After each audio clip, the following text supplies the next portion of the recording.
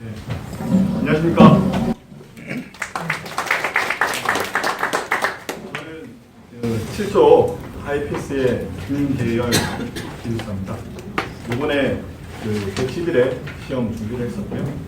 간단하게 말씀드리면은 제가 가로치고 3회라고 해놨는데 공부를 하나도 안 하고 108회랑 110회를 봤습니다. 왜냐면 그때는 공부를 안 해도 이건 내가 언젠가 쳐야 할 시험이고, 그리고 이 시험이 어떤 시험인지를 분위기를 좀 알아보고 싶어가지고 정말 공부 하나도 안 하고 4교시를 버텼어요. 정말 공부를 안 하니까 100분이 너무 길더라고요. 그래서 50분 정도 시험을 치면 나갈 수 있어요. 그래서 나가서 쉬다가 또 시험 치면 또 소설 쓰고, 그리고 또 50분 돼서 또 나가고 시험 치고를 그렇게 2회를 한 번 했습니다. 그리고 어떠한 연유로 해서 이제 휴직할 수 있는 기회가 됐어요. 그래서 여러분들이랑은 조금 환경적으로 제가 다른 부분이 있을 수는 있습니다. 저는 휴직을 하고 10월 9일날, 작년 10월 9일이죠. 한솔하고 첫 수업을 들었습니다. 그리고 최종 모의고사를 치고 1월 22일날 111회를 시험을 쳤습니다. 저는 이제 여러분들 열심히 이제 준비를 하시는데, 처음에 저는 그런 생각을 했습니다. 기술사 시험 내가 어떻게 치지? 그리고 여러분들보다 제가 경험도 작고, 그리고 더 어리고, 어떻게 칠까? 그래서 저는 시험의 본질을 한번 저 혼자 곰곰이 생각을 했어요. 기술사 시험이 어떤 시험이지? 그래서 제가 내린 결론은, 기술사 시험은 쓰는 시험이다. 그러면은 어떻게 써야 될까라는 또 생각을 했어요. 어떻게 써야 되지? 어떻게 써야 잘 쓸 수 있을까? 고민을 막 해보니까, 그때 이제 백종현 교수님 처음 찾아가가지고 어떻게 해야 될 거예요? 라고 물어봤습니다. 그랬더니 용어 356개가 돼 있는 이 사면 종이를 주시더라고요. 그거 주시면서 일단 이걸 한번 다 써보라고 하시더라고요. 그래서 그걸 다 썼습니다. 그리고 시간 날 때마다 짬짬이 그걸 봤어요. 그런데도 마음이 너무 앞서가지고 너무 조급한 거예요. 이걸 다 보고도 내가 다 쓸 수 있을까? 356개나 되는 거를 내가 표시 하나 안 틀리고 다 쓸 수 있을까? 라는 생각을 했어요. 근데 이론적으로는 말이 안 되죠. 그걸 다 쓸 수 있다는 게. 그래도 짬짬이 시간 내서 봤습니다. 그걸 다 해갖고 갔더니 교수님이 그러면 이제 논술이 있는데 이거 논술도 한번 받아 써보세요 하시더라고요. 356개 쓰는데 한 일주일 정도 걸렸습니다.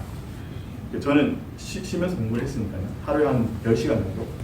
그리고 논술도 쓰는데 한 일주일 정도 걸리더라고요. 한 이 정도. 그걸 써보니까 사람들이 이렇게 쓰는 거구나. 근데 이렇게 쓴다고 해서 내가 이 사람들처럼 쓸 수 있을까라는 또 고민을 했습니다. 그래서 어떡하지?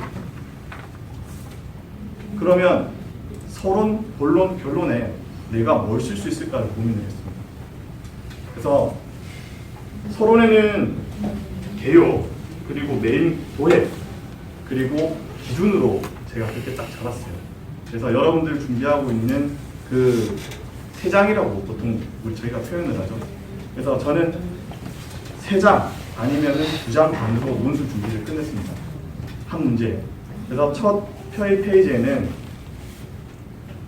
개요를 저는 좀 간략하게 썼습니다.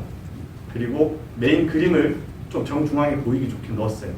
그리고 그 밑에는 그 해당 공종에 관련된 기준을 넣었습니다. 철골 세우기 같은 경우에는 이제 저희 수직도라든지 이런 거 있죠. 그리고 한중 콘크리트 같은 경우에는 기준 대신에 한중 콘크리트에 관련된 특성 요인도 같은 거를 넣었어요. 그리고 그 문제가 물어보는 답을 본론 한 페이지 반을 썼습니다. 꼭 대제목의 그 문제와 그리고 그 문제가 요구하는 보통 한 2문제 정도 될 거예요. 그 2문제에서 소제목 하나, 2개로 그 문제를 정리를 했습니다. 그리고 마지막에 결론을 좀 차별화해야겠다고 생각을 해가지고 제가 비록 현장 경험은 짧지만 제가 했던 그 공사들을 한번 정리를 딱 했어요. 그래서 계약은 이제 그렇고 토공사부터 마감공사까지 하나씩 만들어가지고 그 결론을 만들어놨습니다. 미리. 그래서 어떤 문제가 나와도 이 문제로 방향으로 말만 조금 바꿔가지고 써먹을 수 있게 연습을 했습니다. 저는 용어가 정말 중요하다고 생각을 합니다. 보통 저희가 시중에 파는 그 노란색 책 있죠? 두꺼운 책. 거기 보면 용어가 1000몇 개 있어요. 근데 그거 보고 미리 질러서 아예 보고 싶지 않습니다. 그렇죠? 근데 이제 그 책을 보면 제가 저는 다 안 봤어요. 다 안 보고 거기에 별표 쳐져 있는 기출 있죠. 그걸 보니까 백 교수님이 거기에 별표 쳐져 있는 것 중에서도 솔팅을 해가지고 한 356개를 줬구나라는 생각이 들더라고요. 그래서 그거 플러스 내가 공사를 하면서 앞으로 알아야 될 것. 그리고 내가 했는데도 내가 정의를 딱 키워드를 짚어가지고 말 못하는 것들을 공책 사가지고 제목 쓰고 정의 쓰고 그리고 도해를 해가지고 정리를 했어요. 그리고 그거를 매일 저녁에 봤습니다. 보고 잤어요. 그렇게 보고 자니까 책이 한 권, 두 권 늘어나요. 그리고 여러분은 이제 그건 절대 서브노트라고 할 수는 없죠. 왜냐하면은 특징도 없을 수도 있고 비교도 없을 수도 있어요. 근데 그렇게 하다 보니까 각 공종별로 공책이 하나씩 만들어졌어요. 그래서 공책이 총 재본을 해보니까 한 11권 정도 됐어요. 각 공종별로. 콘크리트 같은 경우는 2개가 나오더라고요. 그래서 그거를 계속 반복해서 봤습니다. 그랬더니 나중에 어떤 결과가 나오냐면 제가 용어를 따로 서브노트 만든 게 5개가 안 됩니다. 5개가 안 되는데 그거를 반복해서 봤더니 저는 용어 시험은 그 안에 있는 키워드를 짚어내는 거라고 생각을 합니다. 그래서 그 키워드를 정의에 얼마나 잘 표현을 하고 그리고 그림을 어떻게 잘 표현을 해가지고 그림을 잘 그려놓고 그 밑에 특징이랑 이제 저는 비교표를 넣었어요. 그래서 만약에 뭐 콘크리트가 나왔으면은 그 밑에는 예를 들어서 뭐 한중 콘크리트, 서중 콘크리트 그리고 우리 네스 콘크리트를 이렇게 비교할 수 있잖아요. 간략하게 특징이라든지 소나제라든지 이런 걸 넣을 수 있게 용어를 그런 식으로 해놓으니까 그게 자연스럽게 되더라고요. 그래서 용어는 그렇게 준비를 했고 생각보다 용어 점수가 잘 나왔어요. 그래서 저도 깜짝 놀랐습니다. 그래? 그리고 전략적으로 1번부터 10번까지 저 같은 경우에는 13문제 중에 7문제는 제가 확실하게 아는 문제였습니다. 그리고 3문제는 좀 아리까리했어요. 몰랐어요. 제대로 완벽하게 몰랐습니다. 근데 전략적으로 포맷을 1번부터 10번까지 전부 다 동일한 포맷으로 했습니다. 1번 정의, 2번 도해, 그리고 3번 특징 및 주의사항, 그리고 4번 비교표. 그래서 용어를 잘 마무리했습니다.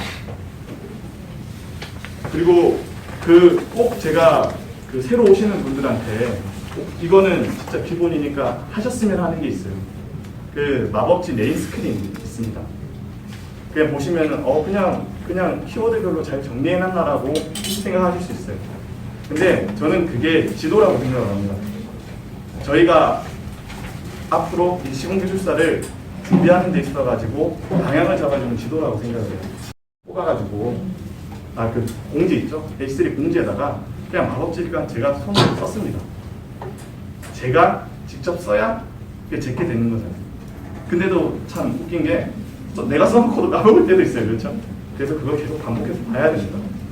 그리고 그 마법지 메인 스크린 안에 나오는 모르는 용어는 꼭 노란 책이나 그리고 다른 책들 많죠. 용어 책들. 지침이라든지 그런 거에 있어서 꼭 자기가 정의랑 그림은 정리를 해 두시는 게 좋을 것 같아요. 그리고 그거는 제가 생각하는데 그건 가진 서브노트라고는 할 수는 없죠. 그렇죠? 그냥 공책 정리해 놓는 거예요. 그래서 그렇게 준비를 했습니다. 그리고 15주가 걸리더라고요. 총 이렇게 해보니까 15주가 걸리는데 학원 수업을 한 번도 안 빠졌습니다.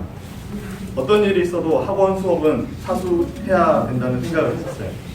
그리고 학원에 와서 되게 이제 여기 오시는 교수님들 질문에 인색하잖아요, 저희가.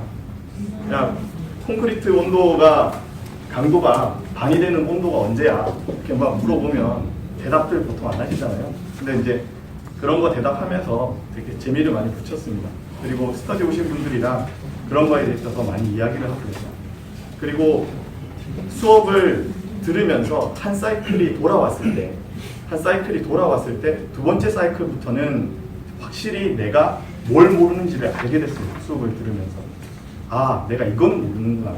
그러면서 이게 저는 그렇게 생각합니다. 기술사 시험을 준비를 하는 게 본인이 모르는 거를 서서히 얼마나 빨리 찾아가지고 빨리 캐치를 하고 내가 쓸 수 있어야 된다고 생각합니다. 결국에는 우리가 서브노트 실컷 잘 만들어 놓고 못 쓰면은 말짱황이잖아요. 그리고 하나 제가 더 팁을 드리면 모의고사는 절대 안 빠지시는 게 좋을 것 같아요. 보통 보면 아, 나 준비 안 됐어. 내가 준비 안 됐는데 내가 모의고사 어떻게 봐. 그래도 보십시오. 그래도 보시고 본인이 그 시간 안에 압박감을 받으면서 그 대면했던 문제는 절대 잃어버리지 않습니다. 그 다음에 집에 가셔가지고 아, 내가 이걸 몰랐구나. 그걸 또 정리를 해두는 겁니다. 그러면 확실히 본인께 될 수가 있어요. 그러면서 모의고사를 약식 모의고사까지 해가지고 한솔에서 준비했던 모의고사는 제가 다 참석을 했습니다. 그러면서 저는 한 번도 제 답안이 모범 답안이 된 적이 없어요. 그런데도 계속 준비를 했어요. 그래서 앞에 분이 말씀하신 것처럼 이게 포기를 하지 않으면 합격을 한다는 게 맞는 것 같아요. 꾸준히 준비를 했고 그 시간 안에 놀라운 걸 느꼈습니다. 아, 이게 내가 점점 발전을 하고 있구나. 그리고 그 용어를 쓰면서 점점 처음에는 모의고사 딱 쳤을 때 제가 쓸 수 있는 답은 2문제 반이었습니다. 그때가 한 달 전이었어요. 한 달 전에, 시험 한 달 전에 제가 쓸 수 있었던 속도는 딱 2문제 반이었어요. 2문제 반이었는데 시험 측이 이제 최종 모의고사 때는 답을 다 썼습니다. 그리고 저는 11페이지 정도로 모든 답을 다 마무리를 했어요. 그래서 최종 모의고사도 저는 떨어졌습니다. 불합격했고요. 58.5점 받았습니다. 근데 이제 그 감각을 느끼면서 저는 속도보다는 방향인 것 같습니다. 저 앞에 합격하셨던 김미림 기술사님이라고 계세요. 그분도 시험 많이 보셨는데 속도보다는 저는 방향입니다. 그리고 여러분들이 할 수 있고 그리고 할 수 있다는 마음을 버리지 않는 하는 그런 끝으로 여러분들 꼭 합격을 제가 기원을 하고요. 그 시험 하시면 혼자만의 싸움 아닙니다. 그렇죠? 여러분들 가족들이 여러분들과 보내고 싶은 시간을 많이 희생을 하는 부분이 있어요. 그래서 저 응원해주신 저희 어머니, 아버지, 그리고 장인어른, 장모님, 그리고 저희 집사람한테 이 무한한 영광을 돌리고 싶습니다. 그리고 여러분들 꼭 합격하십시오. 화이팅입니다.